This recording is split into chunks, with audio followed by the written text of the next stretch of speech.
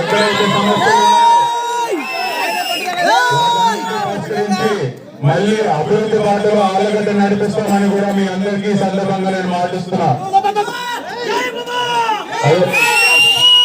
అదేవిధంగా నిజంగా చాలా ఆనందంగా ఉంది. ఈ రోజు పుల్లారెడ్డమ్మ కానీ వారి కూతురు మౌనిక సర్పంచ్ గారు కానీ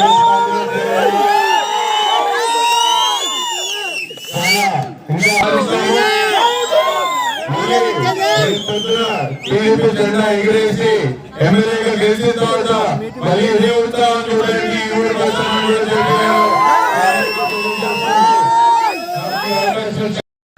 రోడ్లు కావచ్చు, లైట్లు కావచ్చు, ఇబ్బంది ఎక్కడైనా ఉంటే దగ్గరుండి కార్యక్రమాలు చేసుకోగలిగినారు. కానీ ఇప్పుడున్న సర్పంచ్ పరిస్థితి ఏంటి? సర్పంచ్ అకౌంట్లో స్వయాన జగన్మోహన్ రెడ్డి ముఖ్యమంత్రిగా ఉండి డబ్బులు కొట్టేస్తున్నాడు. అంత నీచ సంస్కృతి ఈ రోజు జగన్మోహన్ రెడ్డి తీసుకురావడం జరిగింది. మళ్ళీ రేపు పొద్దున తెలుగుదేశం పార్టీ అధికారంలోకి వచ్చిన తర్వాత సర్పంచ్ దర్జాగా గ్రామాలలో పనులు చేసుకునేటట్టుగా వాళ్ళకు విలువ ఇస్తామని చెప్పి కూడా ఈ సందర్భంగా మీ అందరూ కూడా నేను తెలియజేసుకుంటున్నాను.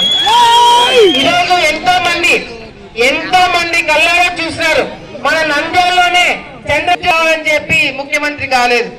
ఈరోజు మనం అందరం కూడా ఒకటే ఆలోచించాలా.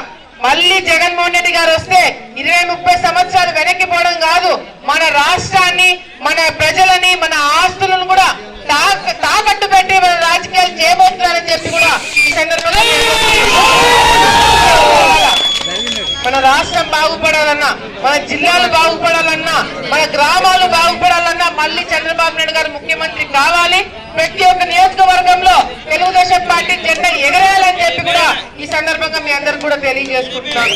అంతేకాదు ఈరోజు కేవలము తెలుగుదేశం పార్టీయే కాదు, జన సైనికులు ఉన్నారు.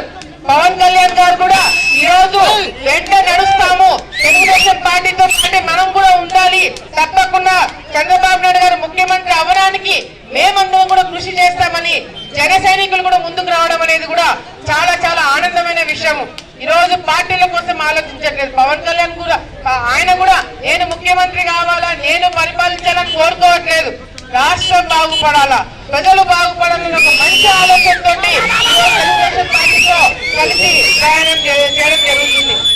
మరొకసారి ఇక్కడికి వచ్చిన జన సైనికులందరూ కూడా పేరు పేరు నేను ధన్యవాదాలు తెలియజేసుకుంటున్నాను. ఈరోజు మరి పార్టీలోకి మౌనిక సర్పంచ్ గా గెలిచింది. మౌనిక ఆమె కూడా ఈ రోజు తెలుగుదేశం పార్టీలోకి